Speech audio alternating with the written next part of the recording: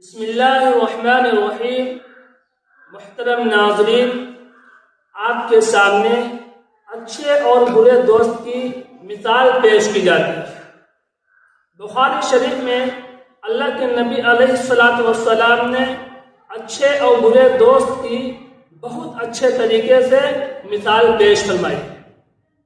اچھے دوست کی مثال آپ علیہ السلام نے عطر فروش سے دی ہے کہ جب تک تم اس کے پاس بیٹھے رہو گے خوشبوؤں سے معطر ہوتے رہو، یہی کیفیت اچھے دوست کی ہے۔